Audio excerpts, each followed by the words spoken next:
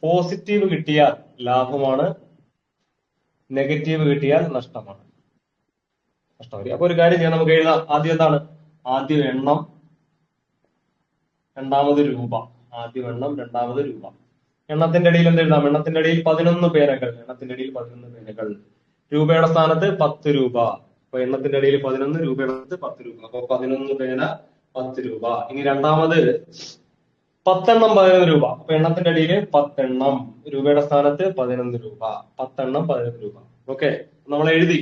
ആദ്യം 11 പേന 10 രൂപ. രണ്ടാമത് 10 പേന, എണ്ണത്തിന്റെ ഇടയിൽ 10 പേന, രൂപയുടെ സ്ഥാനത്ത് 11 രൂപ എഴുതി. ഇനി അടുത്ത സ്റ്റെപ്പിൽ എന്ത് ചെയ്യാം? നമുക്ക് അടുത്ത സ്റ്റെപ്പിൽ ക്രോസ് മൾട്ടിപ്ലൈ ചെയ്യാം അല്ലെ? ആദ്യം ഇങ്ങോട്ട് ചെയ്യുക. 11 ഗുണം 11 121. 11 ഗുണം 11 121 മൈനസ് 10 ഗുണം 10 10 ഗുണം 10. രണ്ടാമത് 10 ഗുണം 10 എത്ര കിട്ടും? 100. ഡിവൈഡ് ബൈ താഴെ എന്ത് വരും? താഴെ എപ്പോഴും ഇവിടെ വരുന്നതാ വരുന്നത്. മനസ്സിലായില്ലേ? ഇവിടെ 121 വരും, ഇവിടെ 100 വരും. അപ്പോൾ ഇതായിരിക്കും താഴെ വരുന്നത്. ഡിവൈഡ് ബൈ 100 വരും. മനസ്സിലായോ? ഈക്വൽ ടു എന്ത് കിട്ടും? 121 100 പോയി കഴിഞ്ഞാല് 21 വരും. 21/100 ശതമാനത്തിലാകാൻ ഇൻറ്റു 100 ചെയ്യാം. വീണ്ടും ഇൻറ്റു 100. 2 0 വെട്ടിക്കളഞ്ഞ എത്ര കിട്ടും? 21. പോസിറ്റീവ് കിട്ടിയോണ്ട് 21%.